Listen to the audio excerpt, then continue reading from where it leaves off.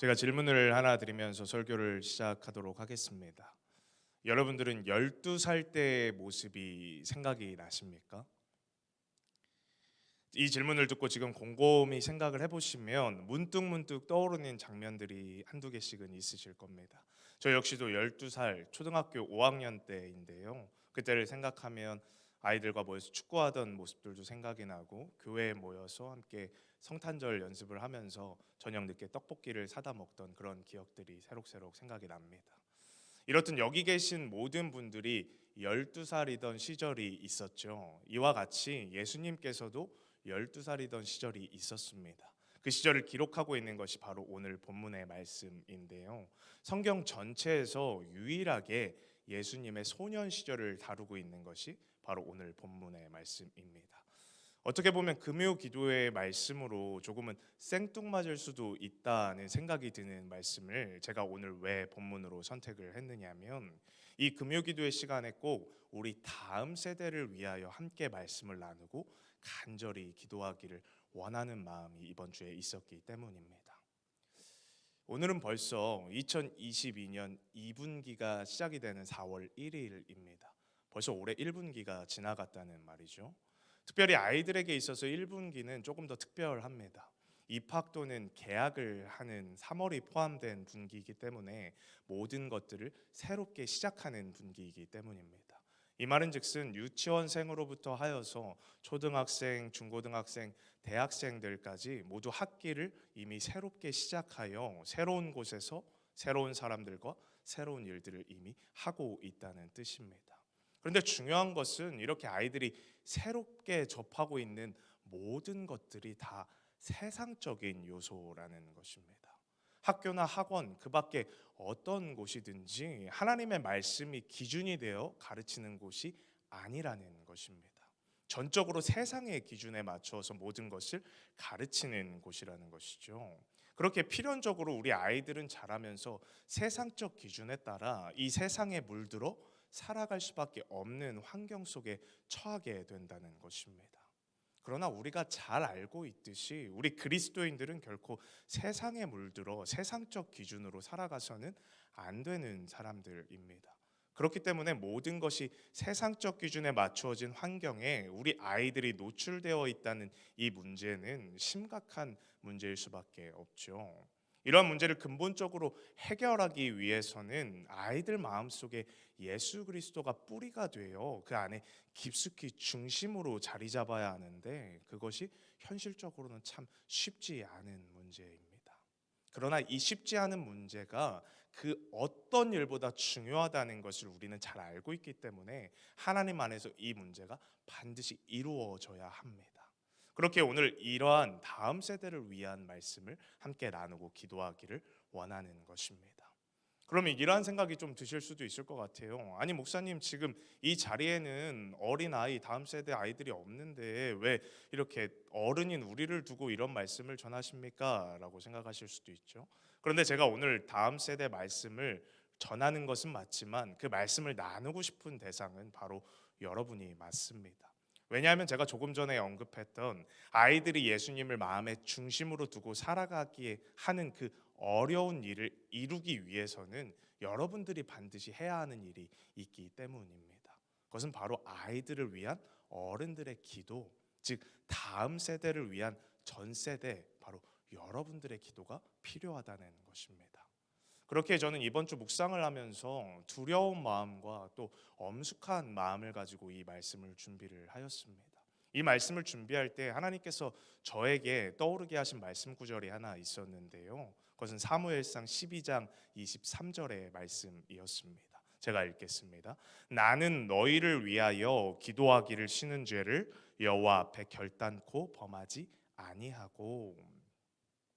사무엘은 이 말씀에서 너희를 위하여 기도하기를 쉬는 죄를 범하지 아니하겠다라고 말하고 있습니다. 즉 이스라엘 백성들을 위하여 내가 기도를 하지 않는 것은 여호와 앞에 죄를 범하는 것이다라고 사무엘이 고백하고 있다는 거예요. 저는 이 말씀이 지금 이 자리에 저를 포함한 이 시대를 살아가는 우리 어른들이 모두 가져야 하는 태도라고 생각을 합니다.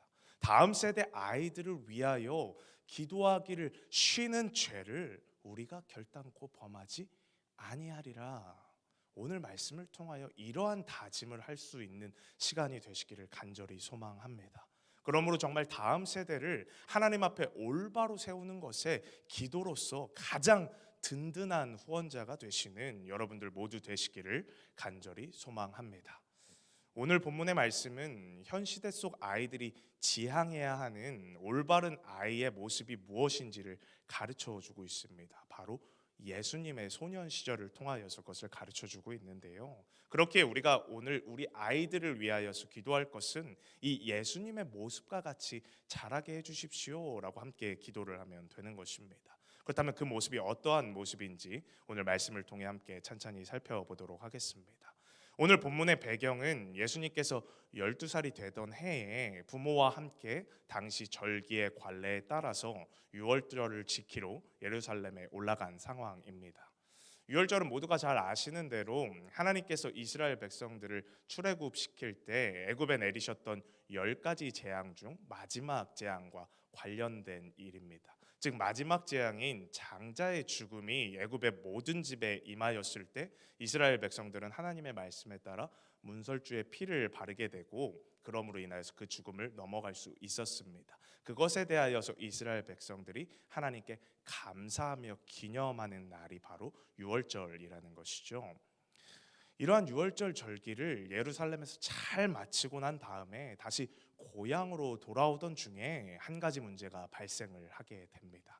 2장 43에서 44절입니다. 우리 함께 읽어보도록 하겠습니다. 시작. 그 날들을 마치고 돌아갈 때에 아이 예수는 예루살렘에 머무셨더라. 그 부모는 이를 알지 못하고 동행 중에 있는 줄로 생각하고 하룻길을 간 후 친족과 아는 자 중에서 찾되. 예수의 부모 즉 요셉과 마리아는 모든 일을 잘 마치고 집으로 돌아오던 중에 하룻길을 지나고 나서야 큰 문제가 생겼다는 것을 깨달았다는 거예요. 바로 자신들의 자녀 예수님이 없어졌다는 사실입니다. 참 기막힌 일이죠. 물론 44절에 표현되어 있듯이 이 여행길에 같이 갔던 거는 딱 3명은 아니었습니다. 바로 동행인들이 있었거든요. 당시에는 이런 절기에 참석한다고 할 때는 인근 동네의 친족이나 아는 사람들과 함께 그 여행을 떠나곤 했습니다.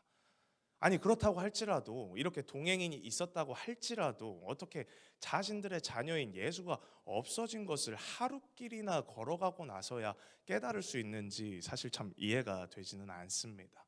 당시 예수님의 고향인 나사렛에서 지금 절기를 지키러 간 예루살렘까지는 보통 120km 정도로 추측을 하는데요.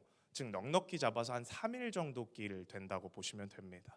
그러니까 하루 길을 걸었다는 건 한 40km를 갔다는 건데 마라톤 거리를 갔다는 건데 그때 동안 예수님이 없는지를 몰랐다는 것이죠. 사실 이 이야기를 들었을 때는 그냥 어떻게 부모가 저럴 수 있어 하고 참 웃긴 일이다 하고 이렇게 웃고 넘어갈 해프닝으로 바라볼 수도 있지만 저는 이 문제를 그러한 차원의 문제로 바라보지 않고 우리 그리스도인 어른들에게 깊은 깨달음을 주는 부분이라고 생각을 했습니다.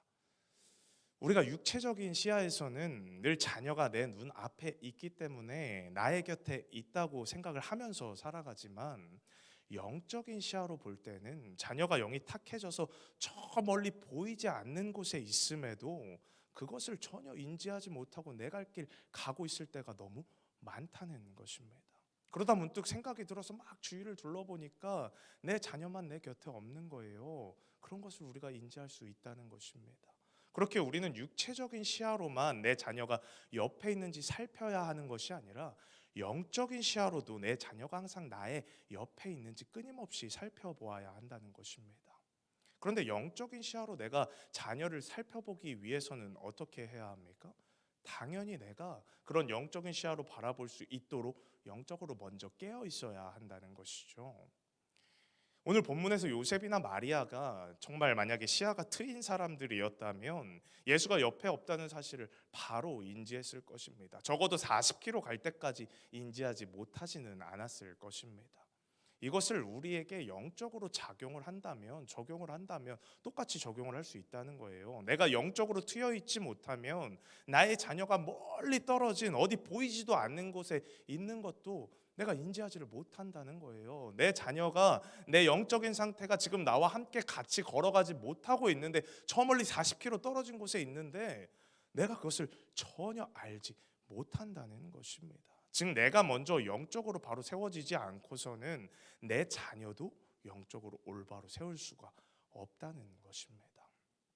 그렇게 우리는 자녀들의 영을 세우기 위해서는 반드시 그 이전에 나의 영적인 상태에 대하여서 먼저 점검을 할 필요가 있습니다. 그것이 기본 전제가 되어야만 내가 자녀의 영적인 상태를 체크하고 그가 어디 있는지를 살펴보며 그를 돌볼 수가 있다는 것이죠. 지금 제가 계속해서 자녀라는 표현을 썼지만 사실 이것은 자신의 자녀에게만 국한된 이야기가 아니라 그 범주를 조금만 넓히면 우리 교회의 모든 다음 세대들의 자녀 이야기가 됩니다. 그런 관점에서 바라보았을 때는 오늘 요셉과 마리아의 역할이 특정인 몇몇이 되는 것이 아니라 지금 우리 교회를 다니고 있는 모든 전 세대 분들 어른들이 모두 그 역할을 해야 한다는 것입니다. 즉 우리가 모두 책임감을 가지고 그들의 영적인 상태를 점검해 주어야 한다는 것이죠. 제가 올해 들어 전임 부목사가 되면서 작년까지는 주일학교와 청년부 사역을 했었는데 올해는 청년부와 장년 사역으로 넘어가게 되었습니다. 그러면서 주일학교 사역을 함께 했던 이승민 전사님이 주일학교를 전임으로 맡게 되었습니다. 이렇게 전사님과 주일학교를 오랫동안 함께 하고 또 이렇게 넘겨주게 되면서 전사님과 신앙적인 대화를 많이 했던 것 같아요.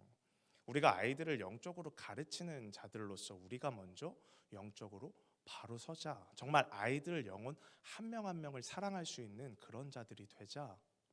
저는 제가 처음 이 교회에 와서 주일학교를 맡게 되었을 때부터 이승민 전사님에게 그렇게 넘겨줄 때까지 이 면을 가장 강조해 왔고 이 면을 마음속에 늘 새기고 사역을 하고 있습니다.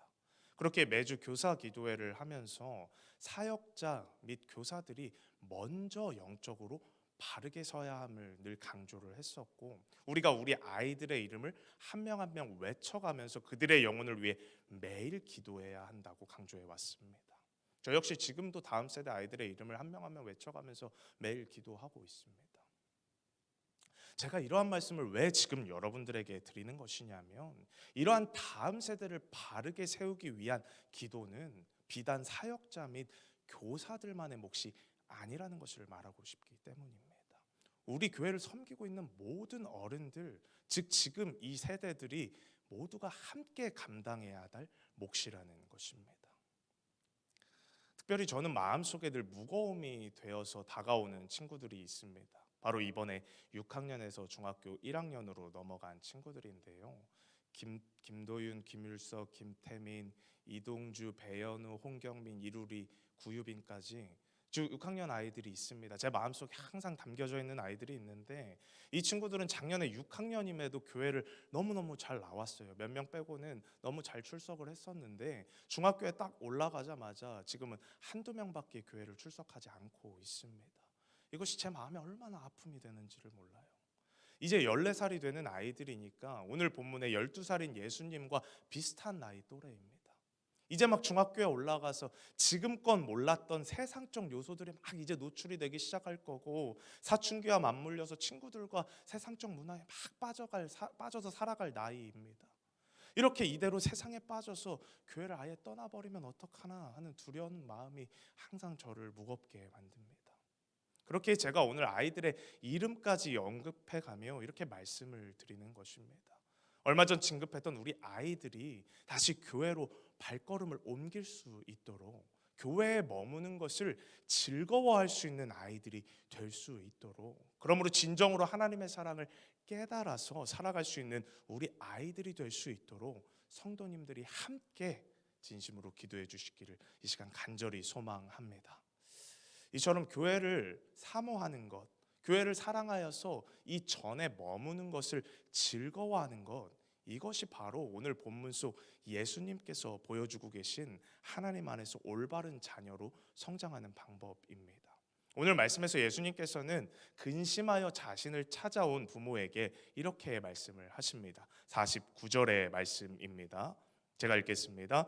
예수께서 이르시되 어찌하여 나를 찾으셨나이까? 내가 내 아버지 집에 있어야 될 줄을 알지 못하셨나이까 하시니, 예수님께서는 자신이 있어야 할 곳, 즉 아버지의 집에 내가 머물렀을 뿐인데 왜 근심하여서 나를 찾았느냐고 되려 부모님에게 묻고 있습니다.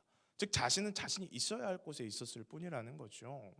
이러한 예수님의 말씀은 비단 예수님께만 국한되는 이야기는 아닙니다. 왜냐하면 하나님을 믿는 모든 사람들은 이미 하나님의 자녀가 되었기 때문입니다. 그렇기 때문에 하나님의 성전은 나의 집이 되는 것은 우리 모두가 다 예수님과 마찬가지라는 것이죠. 저는 이러한 마음을 우리 아이들에게 심어주는 것이 매우 중요하다고 생각을 합니다. 우리 아이들이 하나님 안에서 바르게 자라기 위해서는 이렇게 아버지의 집이 나의 집이 되어야 한다는 것입니다.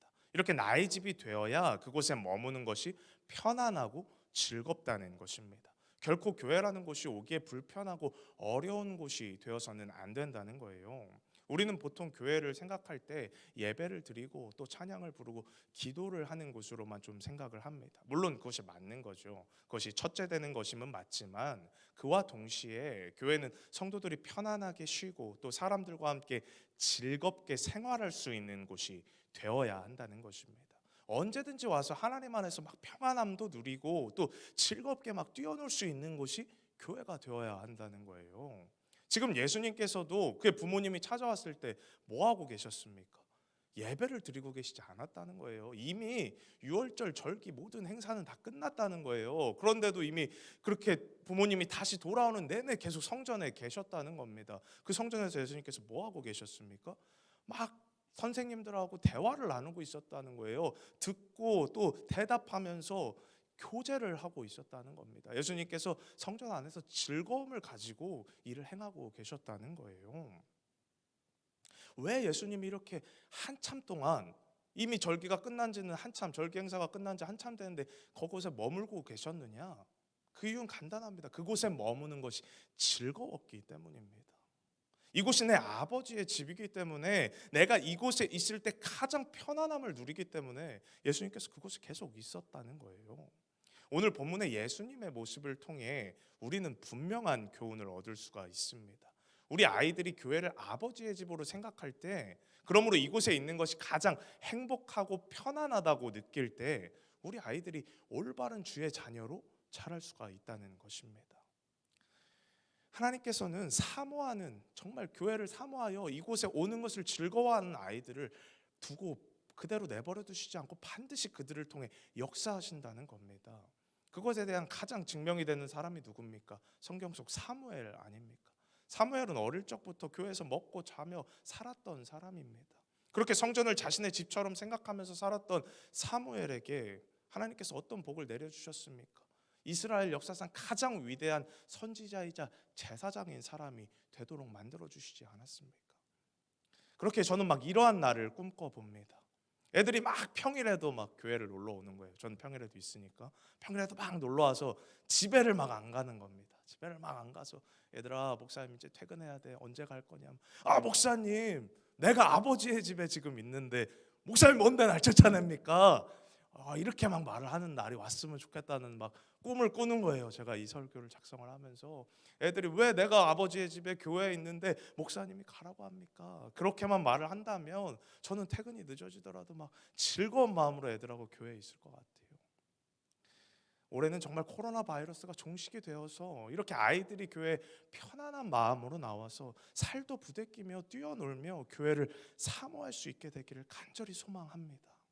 그러한 과정을 통하여서 교회를 사랑하는 마음이 하나님을 사랑하는 마음으로 또 예배를 사모하는 마음으로 성장하여서 우리 아이들이 하나님 앞에 사무엘과 같이 온전하게 세워지는 날이 속히 오기를 간절히 소망합니다.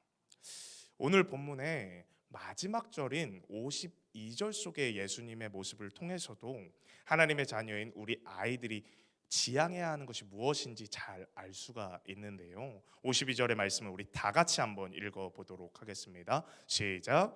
예수는 지혜와 키가 자라가며 하나님과 사람에게 더욱 사랑스러워 가시더라. 아멘. 이 말씀은 제가 주일학교 사역을 하면서 가장 많이 사용하고 또 가장 좋아하는 말씀입니다.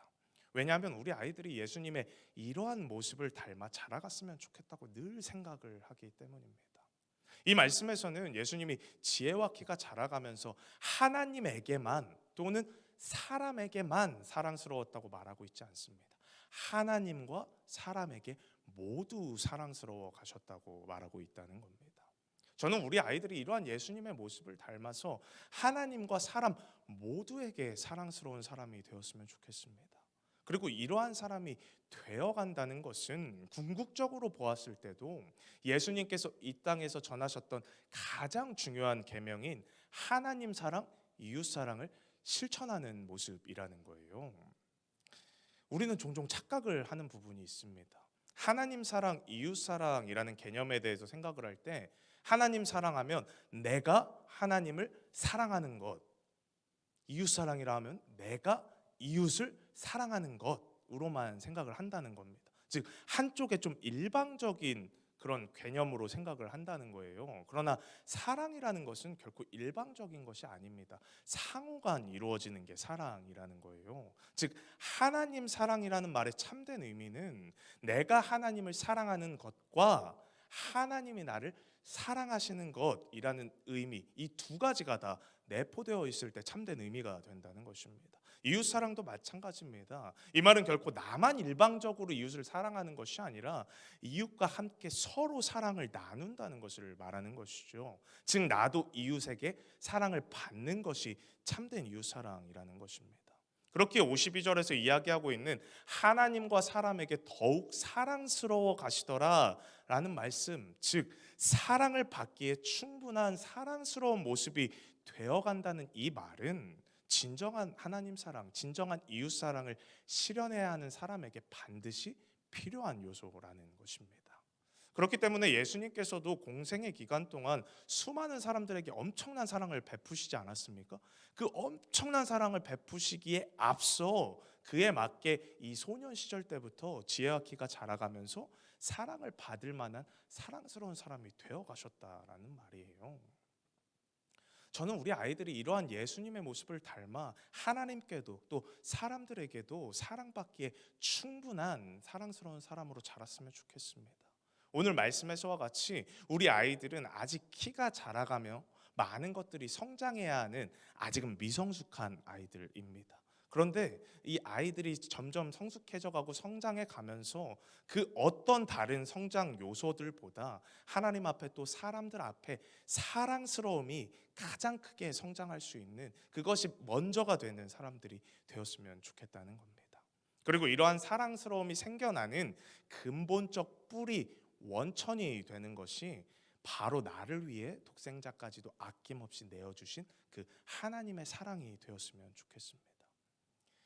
제가 여기서 지금 계속 얘기했던 아이들이 갖추었으면 좋겠다고 하는 사랑스러움은 결코 세상적 기준의 사랑스러움이 아니에요. 애들이 뭐 잘생겨서 또 웃는 모습이 이뻐서 또 말하는 게 고와서 그런 부분에서 사람들에게 사랑스러움을 얻어내라는 것이 아닙니다.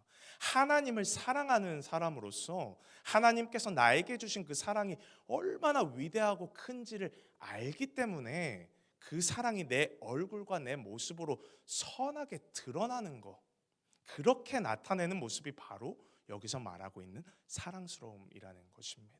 저는 우리 아이들이 이렇게 하나님의 사랑이 근본이 되는 사랑스러움을 갖춘 아이들이 되었으면 좋겠습니다. 그렇게 될 때 세상적 유혹과 가치관에 물들어 사는 것이 아니라 오히려 이러한 세상을 변화시킬 수 있는 이러한 사랑을 가지고 세상을 변화시키는 우리 아이들이 될 줄로 믿습니다. 말씀을 총 정리하고자 합니다. 오늘은 특별히 제가 우리 다음 세대를 위한 말씀을 전했습니다. 우리 아이들이 이 악하고 더러운 세상 속에서 살아가면서 그것에 물들지 않을 수 있는 유일한 방법은 단 하나밖에 없습니다. 유일합니다. 바로 예수 그리스도밖에 없다는 것입니다.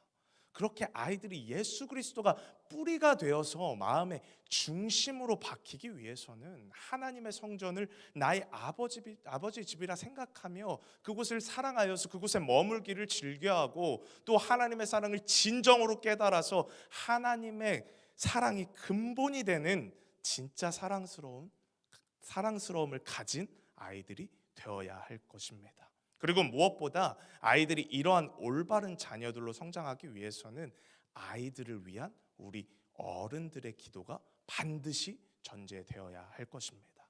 그렇게 이 시간 저는 여러분들과 간절히 기도하기를 소망합니다. 하나님, 우리가 사랑하는 우리 다음 세대들을 위하여 이 시간 간절히 기도하기를 소망합니다. 앞으로 우리 아이들이 살아가야 하는 이 세상은 정말 상상도 못할 만큼 세속적이고 악하고 추악합니다. 그러나 우리 아이들이 그러한 세상 속에서 있더라도 빛 되시는 예수 그리스도만을 의지함을 통하여서 나아갈 때에 하나님께서 우리 아이들을 그 세상 속에서 반드시 지켜주실 것을 믿습니다. 무엇보다 주님, 우리 어른들이 우리 아이들을 위하여서 책임감을 가지고 기도하게 하여 주시옵소서. 우리가 결코 다음 세대를 위하여서 기도하는 것을 쉬는 그러한 죄를 범하지 않는 그러한 어른들이 되게 하여 주시옵소서. 오늘 이 시간 우리가 주님께 간절히 부르짖을 때 주님께서 놀랍게 역사하시어 우리 아이들이 이 세상이 감당치 못하는 그런 아이들로 자라게 하여 주실 것을 믿습니다. 그리고 특별히 제가 말씀을 마치기 전에 한 가지만 더 말씀을 드리면, 저기 뒤에 있는 우리 도윤이 한번 봐주시겠습니까? 도윤이가 고3 학생인데요. 한 번만 일어나 주세요. 네, 고3 학생입니다.